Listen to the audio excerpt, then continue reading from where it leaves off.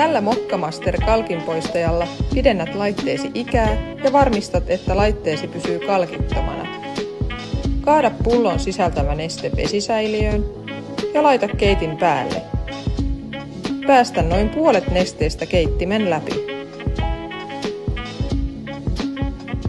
Sammuta keitin ja anna nesteen seistä keittimessä noin puoli tuntia.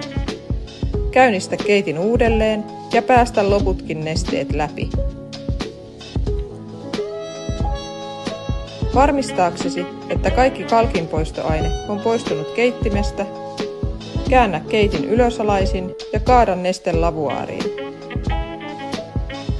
Lopuksi huuhtele keitin täyttämällä vesisäiliö puhtaalla vedellä ja keittämällä se keittimen läpi.